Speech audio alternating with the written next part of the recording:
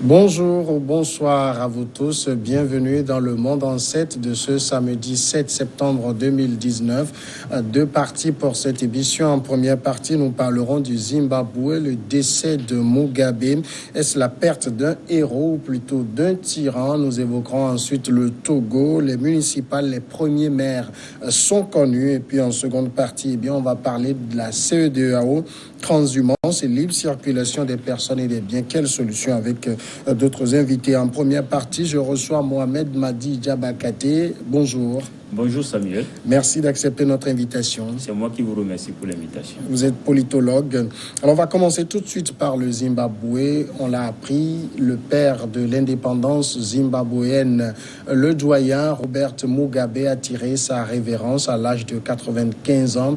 Beaucoup retiennent de lui le souvenir du père de l'indépendance, celui qui a donné de sa vie pour amener le Zimbabwe à la liberté, mais également d'autres retiennent qu'il était simplement un tyran, un despote, un dictateur. On va écouter deux interventions. D'abord, le chef de l'opposition zimbabwéenne et également le président du Zimbabwe. En tant que député de l'opposition, nous avons eu d'énormes divergences de vues sur les questions que j'ai déjà soulevées. Le bilan en matière de droits de l'homme, les déficits de gouvernance, les déficits de leadership, la mauvaise gestion de l'économie. Nous avons eu nos différends, mais nous reconnaissons sa contribution. Il a eu des contributions positives et négatives, des omissions et des commissions, des douleurs et des gains pour la nation.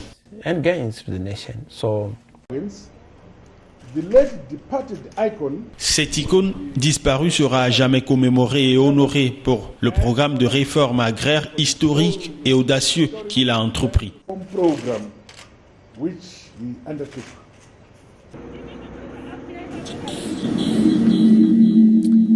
Voilà donc ces deux interventions, le leader de l'opposition Nelson Chamisa et le président zimbabwéen Emmerson Mnangagwa. Mohamed Madi Diabakate, Mugabe, de toute façon, qu'on l'aime ou qu'on ne l'aime pas, il faut reconnaître qu'il était un grand homme.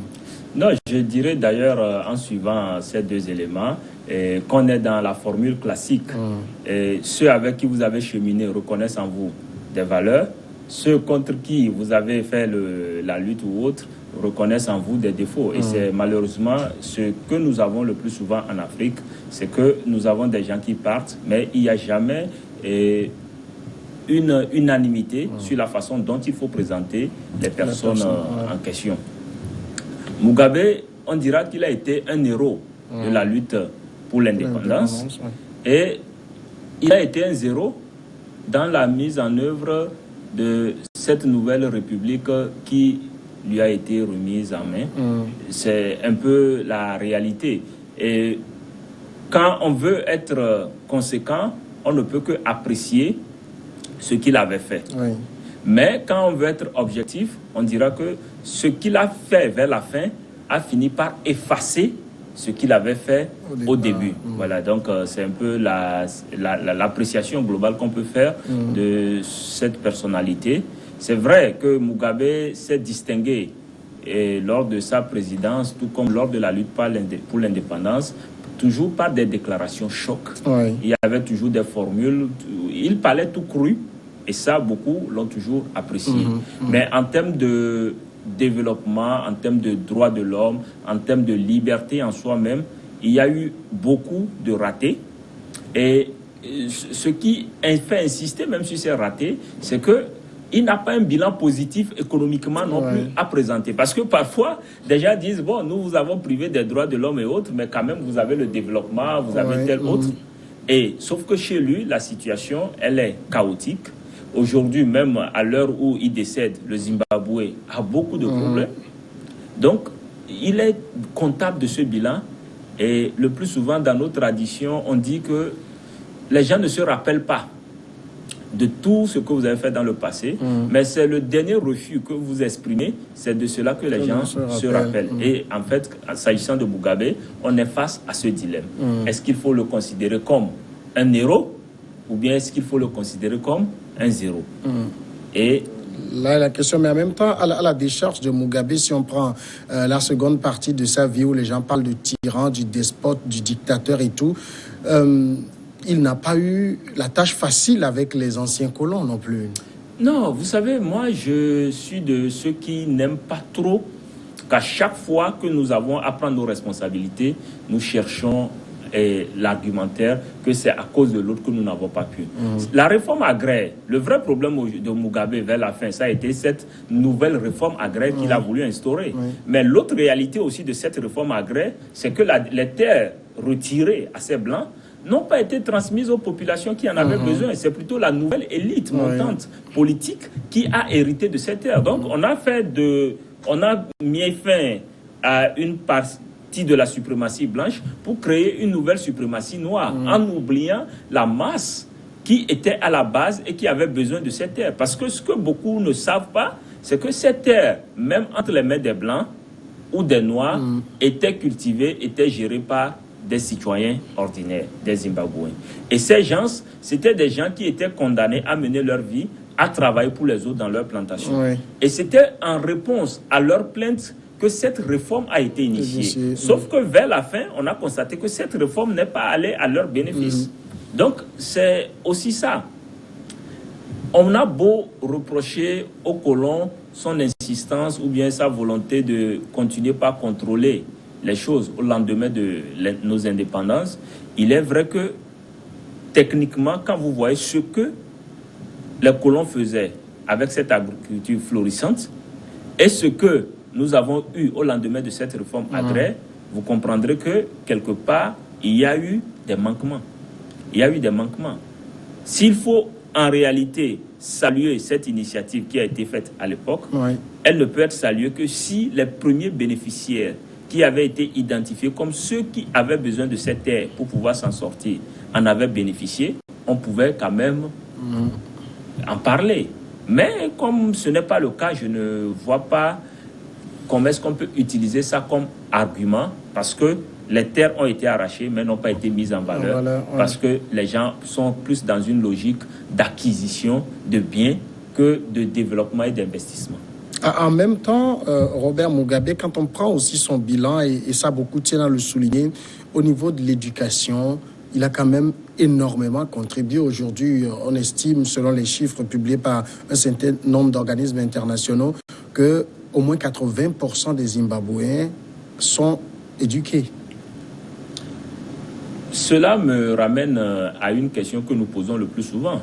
Quelle est l'adéquation entre la formation ou l'éducation que nous recevons et les besoins qui sont exprimés? En fait, c'est ça. Les gens ont été éduqués au lendemain des indépendances pour venir travailler dans la fonction publique. Et quand vous faites ça, alors que vous n'avez pas une capacité d'absorption dans la fonction publique, ça veut dire que vous avez formé pour former. Il n'y a rien à la fin. Le problème, ce n'est pas aller à l'école, ce n'est pas être éduqué. C'est bon d'être éduqué. Mais le curriculum de formation, ça nous prédestine à quoi? Ça nous prépare à quoi? Ce sont en fait sur ça qu'il faut parfois s'interroger. C'est un peu comme si vous me dites qu'on a organisé des élections. Si on a organisé des élections pour créer le chaos après, ou bien pour saper après, ça ne veut pas dire que les élections ont servi à quelque chose. Donc, former, c'est une bonne chose, mais le vrai problème qui s'est posé dans beaucoup de pays africains et qui continue de se poser, c'est que les curriculums de formation que nous avons ne sont pas en adéquation avec les besoins. Soit vous avez un curriculum de formation qui est calqué entièrement sur ce que l'ancienne puissance colonisatrice avait mis en place, ou bien vous avez un curriculum de formation qui est une réponse à l'ancienne puissance colonisatrice, où vous passez le temps à créer des gens qui sont en antipathie avec le système colonial, et ça s'arrête là. Donc, la vraie question que nous devons nous poser aujourd'hui, c'est 80% de Zimbabwéens, ils ont été formés pour quel objectif? Est-ce que ces 80% de Zimbabwéens, aujourd'hui, sont des gens qui exercent, sont des gens qui ont des possibilités de mettre en valeur la formation qu'ils ont reçue? Et si ce n'est pas le cas, puisque aujourd'hui nous voyons l'économie de ce pays, nous voyons les difficultés que ce pays a, et nous savons que l'un des éléments fondamentaux de ce pays était l'agriculture, et nous savons aujourd'hui où est revenue cette agriculture. Donc, il y a toujours débat. Mais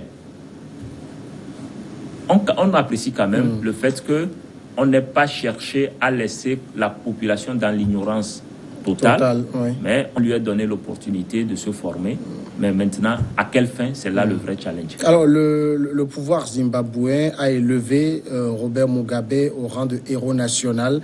Ça se justifie? Bon, déjà, vous savez, ce qui est parfois paradoxal, ce pouvoir ne pouvait rien faire d'autre que de l'élever au rang d'héros national, puisque c'est sa clique. En fait, c'est ça le problème, c'est sa clique. Donc, l'appréciation que ce pouvoir... Mais on ne parlerait pas quand même aujourd'hui d'un Zimbabwe indépendant s'il n'y avait pas eu un Robert Mugabe. Je ne refuse pas ce rôle déterminant et la participation ou la contribution de Mugabe à son atteinte. Voilà. Mais aujourd'hui, l'indépendance a été consommée.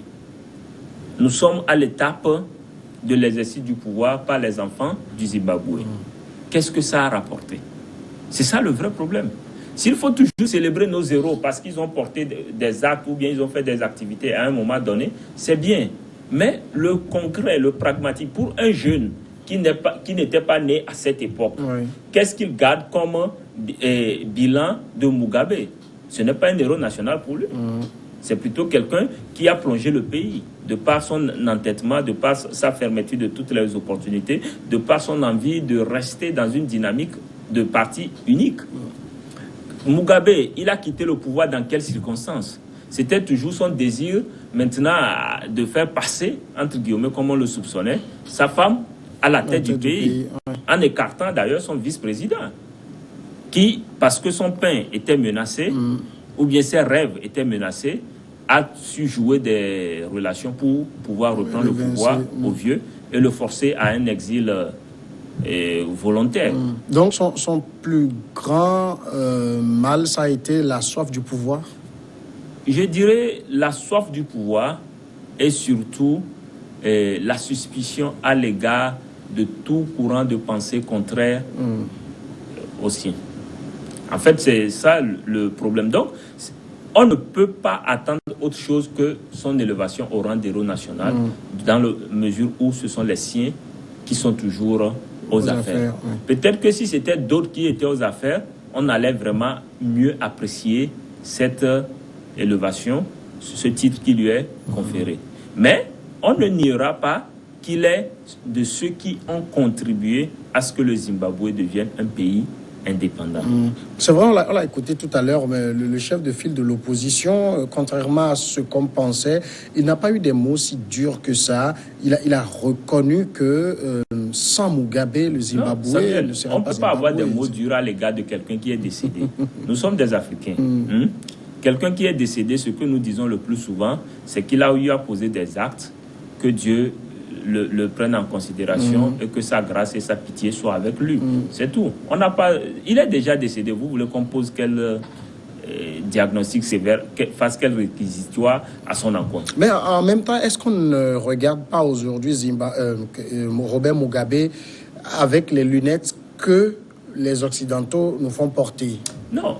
C'est-à-dire, ce qu'on lui reproche, est-ce que ces faits sont avérés ou pas? Ce n'est pas une question de ce que les Occidentaux nous font voir. Est-ce que vous avez vu un peu les élections dans ce pays? Comment est-ce que Morgan Tsvangirai a souffert avec ce monsieur? Les déclarations de ce monsieur. Est-ce que c'est les Occidentaux qui ont dit ça à sa place? Je ne pense pas. Est-ce que ce sont les Occidentaux qui ont posé des actes ainsi? Je ne le pense pas. Mais pouvait-il en être autrement quand on connaît la façon dont Mugabe a lutté contre, par exemple, les Britanniques et qu'on voit son opposition aller s'allier avec ces mêmes Britanniques pour diriger le pays? Historiquement, ils ne pouvaient pas l'accepter non plus. C'est-à-dire, tous les pays aujourd'hui en Afrique ont été colonisés. Il n'y a aucun pays africain qui n'a échappé à la colonisation.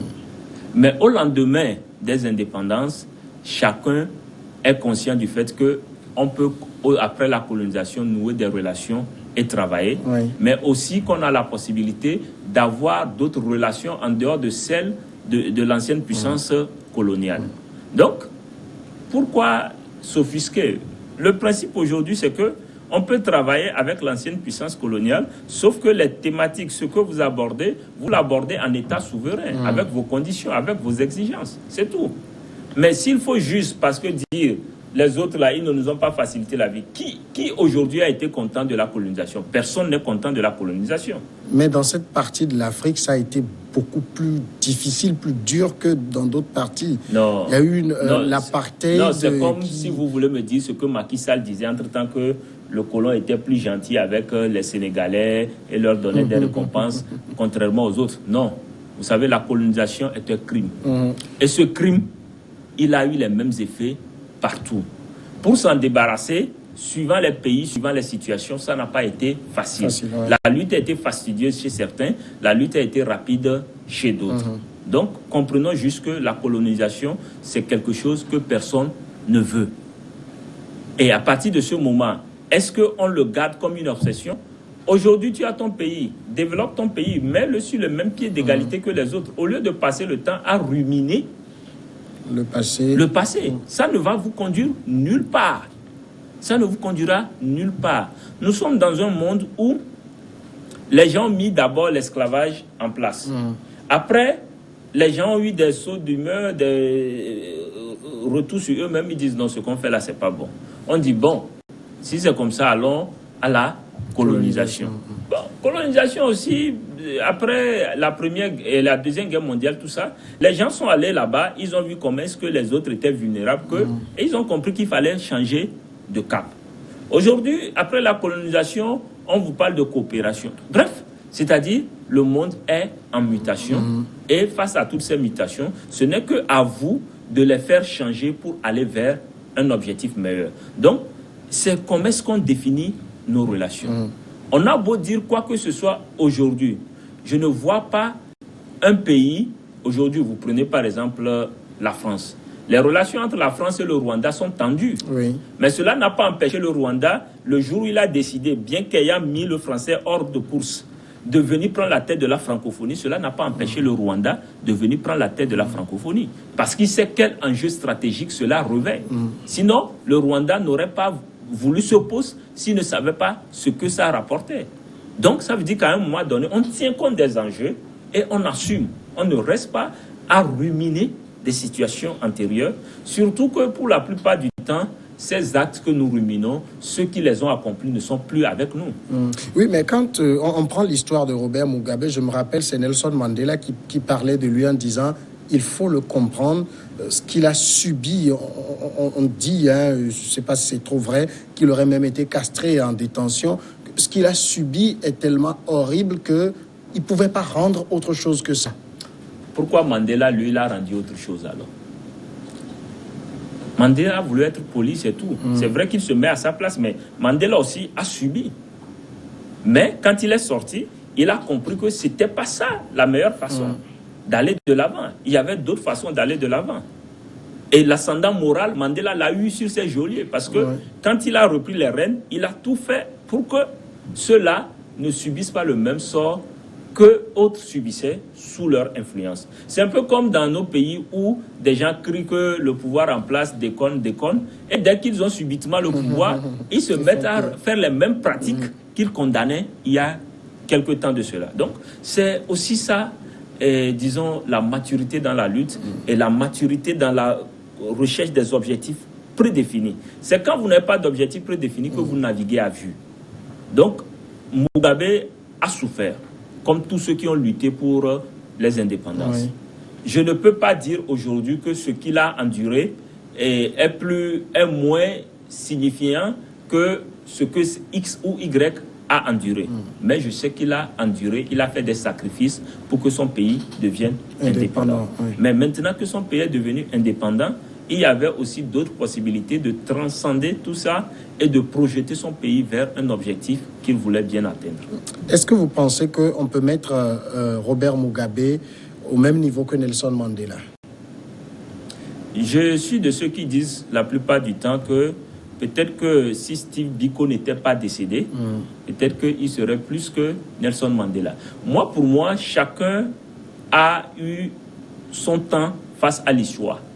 Et chacun a pris ses responsabilités. Mandela l'a peut-être pris de façon à droite, Mugabe l'a peut-être pris de façon maladroite, mais ce sont tous des gens qui ont eu leur moment dans des contextes différents et chacun ne peut que être comptable de ce qu'il a posé comme acte. Quel épitaphe vous voyez à Mugabe? Non, je suis dans une posture où, pour moi, ce que je vais garder de Mugabe, c'est juste cette déclaration fracassante et choquante, quels que soient les contextes. Et il faut mettre quoi sur sa tombe, par exemple? Ici repose un héros national. Ça, je laisserai le choix aux Zimbabwéens, au pouvoir zimbabwéen d'y penser. Mais que ce soit Robert Mugabe, que ce soit Nelson Mandela ou toutes ces personnes qui ont lutté pour l'émancipation de la race noire, pour l'indépendance de leur peuple, est-ce qu'on ne doit pas, il ne faudrait pas plus les enseigner dans nos écoles? Non, tout à l'heure, on a parlé de l'adéquation de notre formation avec ce qu'on recherche.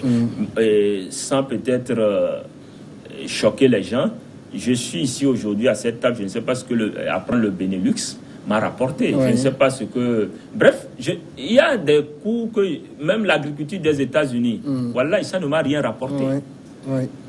Alors qu'il y avait juste un petit chapitre qui était consacré à l'agriculture au Togo.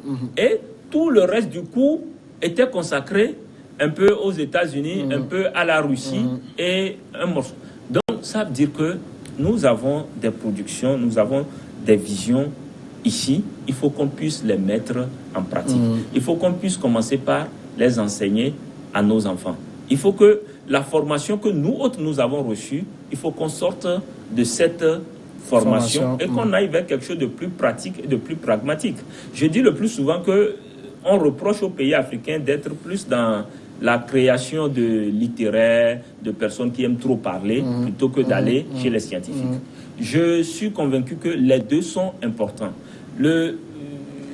Tous les littéraires et autres, je vais les ramener à un seul vocable, philosophe. C'est-à-dire, il faut des gens qui puissent penser, il faut des gens qui puissent orienter, et ce n'est que sur cette base qu'on peut espérer le développement d'un pays, le développement de la culture et autres. Mais au même moment, il faut qu'on puisse mettre en place des structures de formation qui permettent aux gens de développer des solutions qui sont adaptées à nos réalités. Aujourd'hui, je vois, j'ai même suivi sur votre chaîne des innovateurs togolais qui ont fait J'étais étonné. Mais ces gens, ils ont quel soutien? Ces gens, ce qu'ils font là, ce qui leur est arrivé de faire, est-ce que dans notre curriculum de formation, on arrive à l'intégrer? Est-ce que ces gens-là, ce qu'ils ont fait, on arrive à montrer aux autres jeunes que vous pouvez le faire si vous disposez de tel, ou bien si vous améliorez vos connaissances. Donc, pour moi, il y a lieu de revoir aujourd'hui notre curriculum de formation. Ce n'est pas seulement pour apprendre aux jeunes que les premiers hommes sur Terre étaient des Noirs. Ça, c'est bon, on le sait. Mais maintenant, si nous étions les premiers, si nous étions les devanciers, comment est-ce que nous faisons pour revenir à la place qui était la nôtre? Qu'on veuille ou pas, c'est normal, c'est une question d'appartenance. Je chercherai toujours la fierté d'être noir, d'être africain. Le blanc cherchera toujours la fierté d'être blanc, d'être occidental. Donc ça, ce sont des éléments qui doivent plutôt nous motiver et non nous détruire intérieurement parce que nous cultivons la rage, la haine à l'endroit des autres. Mais nos formations, nos curriculums de formation doivent être revus. Et je suis conscient que même ceux qui dispensent les formations sont conscients du fait que ce n'est pas ce qu'il faut aux élèves qu'ils ont face à eux. Surtout aujourd'hui, dans ce monde où nous sommes, on peut apprendre aux élèves mieux sur leur pays, sur ce qu'ils peuvent faire. Le second sujet que nous abordons, c'est le Togo. Nous parlons donc des municipales, les premiers maires qui sont en train d'être connus. Les préfets ont envoyé aux différents conseils municipaux élus dans les communes leurs invitations pour la première réunion. À l'issue de ces réunions, eh bien, des maires et des adjoints sont en train d'être élus. C'est surtout dans le Grand Nord pour le moment. La partie sud entre également peu à peu dans la danse. Ça veut dire, Madi Diabakate, qu'on entre maintenant dans la phase pratique du conseil municipal? Oui, nous allons voir à l'épreuve la capacité de dialogue, de compromis de nos élus locaux, parce que même si à certains endroits c'était devenu plus facile avec des majorités qui existaient, et vers le sud, il y aura toujours nécessité de faire quelques alliances pour gagner les postes. Donc, on va voir un peu progressivement les gens apprendre à délibérer, apprendre à échanger pour l'intérêt général et non seulement pour une chapelle bien définie. Donc c'est une bonne première expérience qui débute et que chacun au niveau des structures communales saura que ce n'est pas moi qui ai la majorité, mais je suis d'une majorité qui doit travailler pour atteindre un objectif et qui se verra juger sur l'objectif qu'il a dans 5 ans, dans 6 ans, dans 7 ans. Parce que à la fin, ce qui sera là, c'est une chose. Est-ce que ce pourquoi il s'est engagé, il l'a fait? Il l'a fait, oui. Et c'est ça qui va jouer. Et vous verrez qu'aux prochaines élections locales, des candidats vont désister automatiquement d'eux-mêmes parce que les autres qui doivent les accompagner savent qu'ils n'ont pas été à la hauteur et ils diront pour ne pas plomber l'aile à notre liste, il vaut mieux qu'on puisse enlever cela pour montrer déjà à la population que nous sommes conscients du fait qu'il n'a pas atteint ses objectifs et nous prenons l'engagement de les atteindre avec lui à l'écart. Donc, on va voir les gens travailler. Ce qui va être intéressant quand même à suivre dans ce jeu d'élection de maire, comme vous l'avez dit, c'est le jeu d'alliance. Et dans la partie sud, c'est surtout cette capacité qu'aura une opposition dite un peu radicale, comme ils aiment à se définir, et le pouvoir aussi. Oui, je pense que par endroit, il faut s'attendre à une alliance classique. C'est-à-dire, les partis de l'opposition, il faut les mettre aussi à 2 niveaux. L'opposition telle que conçue dans la dialectique des 14 et l'opposition telle que conçue au lendemain des législatives de décembre 2018. Il faut voir que si l'opposition peut avoir la majorité, ils seront prêts à faire blocage au parti, au pouvoir, pour pouvoir contrôler ces entités. Mais si le jeu, il est de sorte à ce que l'opposition à elle seule ne peut pas avoir la majorité, mais le parti au pouvoir aussi à lui seul ne peut pas avoir la majorité, nous allons assister à un partage des postes où le pouvoir prendra les postes de maire et l'opposition les postes d'adjoint. C'est là où peut-être ceux qui ont une voix, un poste de conseiller ou 2 vont jouer aux arbitres et bien sûr, ils vont chercher à sortir gagnants, même s'ils n'ont pas assez de voix conséquentes. Mais entre eux-mêmes de l'opposition, quand vous prenez la formule de la coalition des 14 et l'ANC qui allait faire cavalier seul, on a vu dans la campagne, le langage n'a pas été tendre entre ces deux. Ils se sont parlé même comme s'ils étaient carrément des adversaires. Mais là, ça va être maintenant une manière de se juger. Non, je pense qu'on va mettre tout ça sur le jeu de la campagne et l'émotion de la campagne. Donc, tout ça s'est passé. Les gens commençaient pas à discuter depuis entre eux, à faire des concessions. Donc, dans tous les cas, la dynamique opposition va devoir prévaloir parce que, vous savez aussi, l'une des réalités au Togo, c'est que beaucoup n'aiment pas faire le sacrifice d'apporter leur appui au pouvoir parce que après, ils se feront poignarder. Entre-temps, et c'est un peu mais ça ne risque pas de se savoir, c'est un bulletin secret? Non, laissons ça. Laissons ça. C'est un peu comme cette affaire de Kodjoe Agboibo, au lendemain des législatives. De 2007? Non, même chose. 94, où, bon, celui qui avait le petit nom a réalisé que c'est lui qui pouvait être le faiseur de roi. Et il a fait le roi. Et il s'est mis dans une posture convenable. C'est à ce genre de choses que nous allons assister au niveau des différents conseils communaux. Mais beaucoup qui se réclament de l'opposition, parce qu'ils ont 2020 en ligne de mire, ne vont pas prendre le risque de soutenir une liste du pouvoir s'ils savent qu'il y a possibilité que quelqu'un de l'opposition puisse avoir le poste. Donc vous pensez que, en tout cas dans les milieux où ça ballotte, si l'opposition peut se retrouver un tout petit peu majoritaire, elle jouera sur cela? Oui, en fait, vous savez Samuel, ce à quoi nous sommes confrontés aujourd'hui, c'est d'abord l'essence même de notre décentralisation. Et je sais que vous maîtrisez bien l'exemple ghanéen, où les gens vont aux élections locales, non pas avec le manteau de parti politique, mais en tant que des individus qui travaillent. Même si tu es d'un parti politique, tu vas candidat individuellement. Ça, c'est la première chose. La seconde chose, c'est que les gens sont élus par rapport à des localités. Donc, ils sont chefs ils sont élus pour une localité donnée. Et c'est ensemble qu'ils se mettent en groupe pour élire le maire pour le conseil communal. Donc, on n'a pas malheureusement un système de la sorte qui puisse permettre aux gens de faire le travail en voyant qui peut m'arranger ou bien avec qui je peux travailler. Mais on a une transposition de ce que nous avons au sommet vers la base. Ce qui fait que les mêmes jeux d'alliance, les mêmes attaques, les mêmes crocs en jambes qu'on voit au sommet, nous allons les voir au niveau de nos différentes communes sur les 1, 2 ou 3 premières années. Parce que les gens, il y a des maires qui seront éjectés, il y aura des majorités qui vont se former, se déformer. Tout ça, c'est possible, sauf que ça sera toujours politisé, malheureusement. Mais est-ce que c'est comme ça que cela devrait être? Est-ce qu'on doit ramener cette politique du sommet vers le bas? Non, c'est malheureusement ce face à quoi nous sommes confrontés. Et il faut continuer pas à faire le plaidoyer. C'est que même notre essence même de la décentralisation, il n'est pas tard. On peut toujours revoir cette loi pour les prochains scrutins. Parce que aujourd'hui, par exemple, quand vous prenez une commune, on vous dit qu'il faut 11 élus dans la commune. Les 11 sont là. Mais dans la commune, nous avons plusieurs cantons. En réalité, les cantons n'ont pas d'interlocuteur direct. C'est un peu comme si le pouvoir est toujours loin du peuple. Parce que le canton devait avoir un interlocuteur qui lui permette d'être le conseiller dans ce canton et soit l'interface directe avec le maire, avec tout le monde. Mais on n'a pas cette formule. Et vous allez même voir que dans certaines localités, sur les 11, vous allez trouver qu'ils sont tous dans un même canton. Donc, à partir de ce moment, c'est toujours problématique. Et ce sont là les aspects que je pense, à mon humble avis, qu'on peut se donner la peine de corriger pour le prochain scrutin.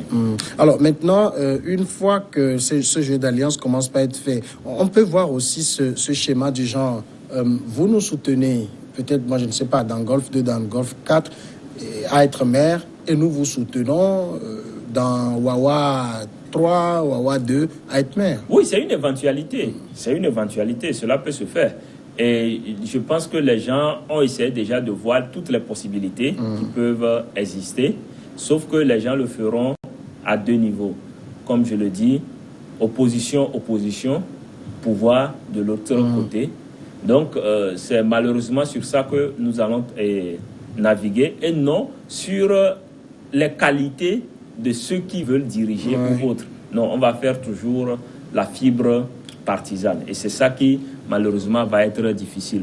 Tout comme il y a possibilité où quelque part on dise à X, bon, toi, tu n'as pas de chance de passer, mais si on peut te trouver 1, 2 millions, 3 millions pour compenser ce que tu as dépensé durant la campagne, tu peux voter pour nous, pour qu'on puisse avoir la majorité. Et c'est là où, quand vous insistez sur le caractère secret du vote, ça peut être le cas. On ne sait pas qui a voté, mais celui qui a pris, c'est qu'il a voté pour que ça soit ainsi. Mais après tout ce jeu d'alliance, quand même, on aura le maire, son ou ses adjoints. Et ça veut dire que quand on finit d'élire le maire et ses adjoints, il faut taire les divergences politiques qui peuvent avoir existé dans le jeu d'alliance et travailler.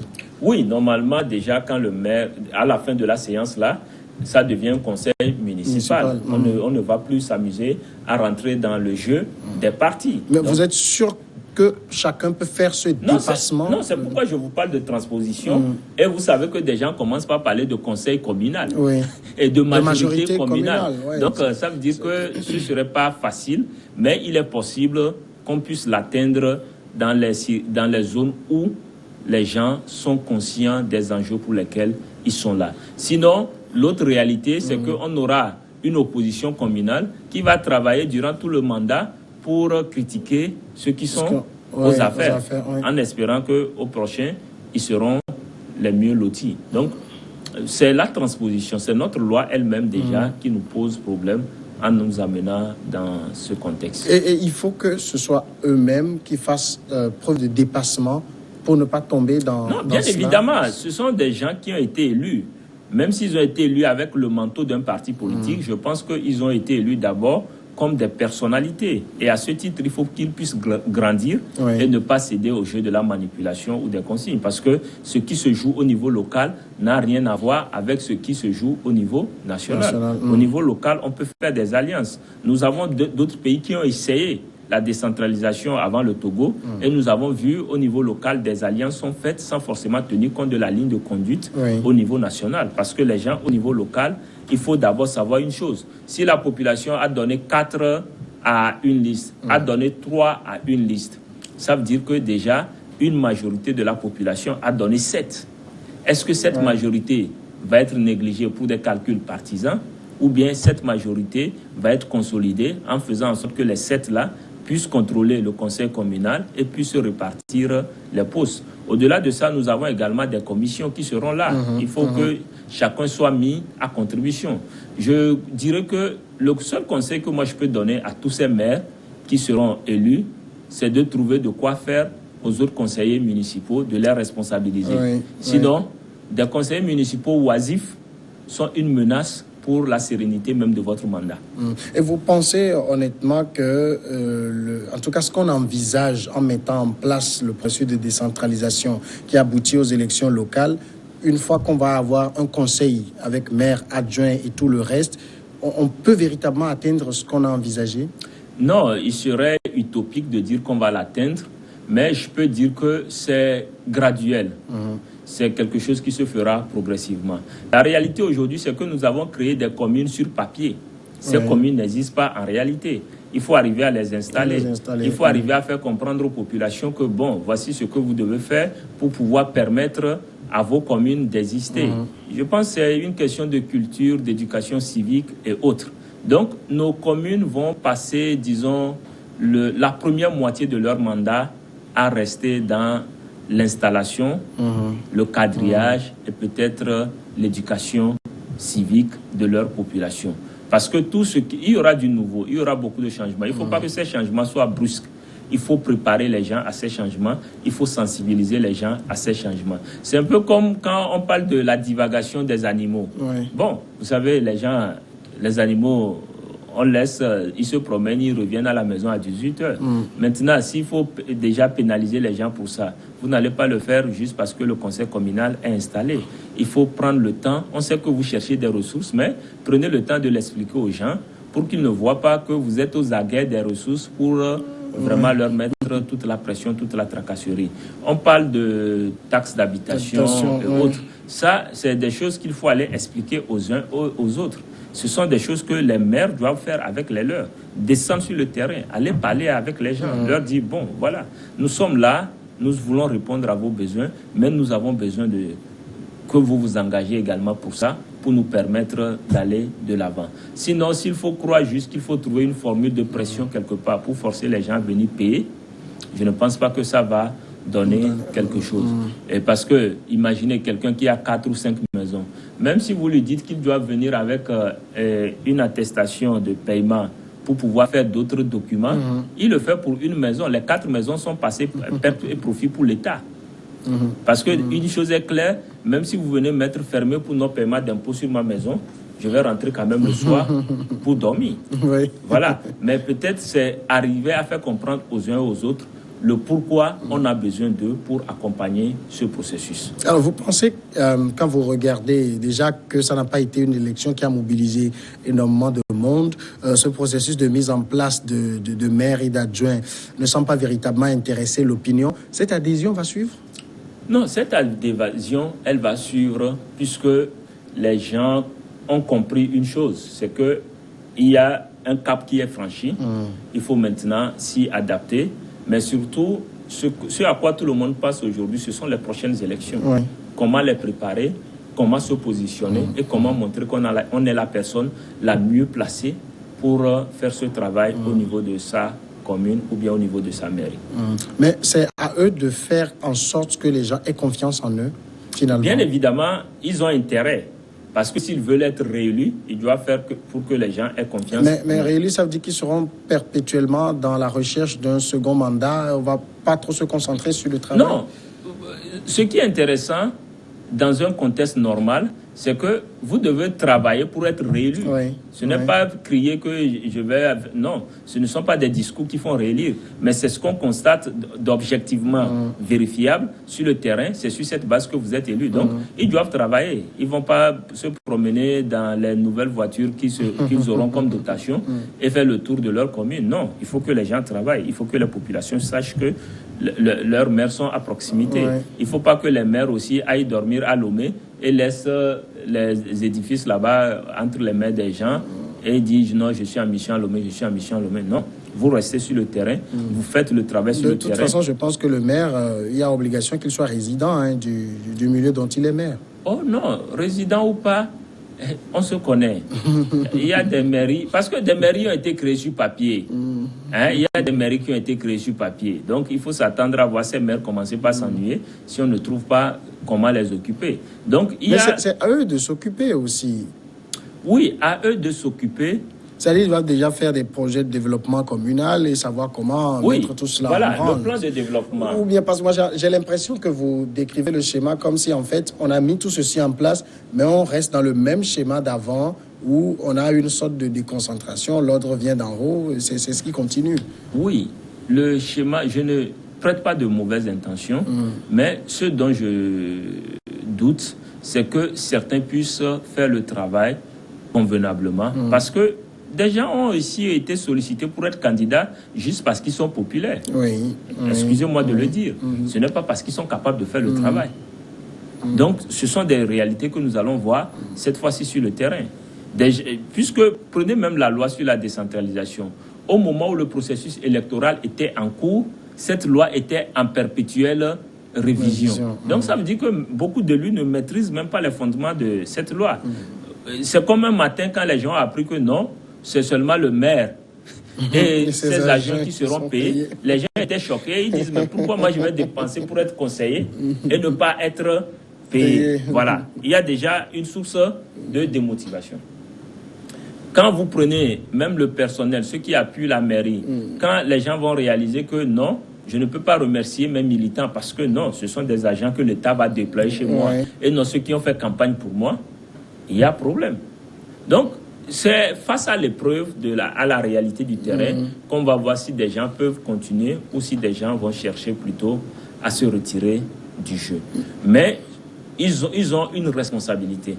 C'est celle de ne pas faire échouer l'espoir que la décentralisation a suscité chez certains Togolais, ou bien c'est celle de ne pas gaspiller les ressources que nous allons payer à travers les différents impôts qui nous seront imputés.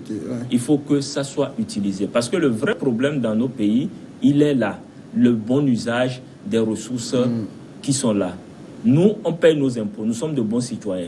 Mais il faut qu'on ait de bons dirigeants qui utilisent à bon escient les impôts que nous payons et qu'on puisse sentir que ce que nous payons comme impôt permet de nous apporter des réponses là où nous sommes. Et vous pensez quand même que sur les 6 ans de mandat qu'ils ont devant eux, on ne va pas arriver à des schémas où on voit des conseils être dissous pour...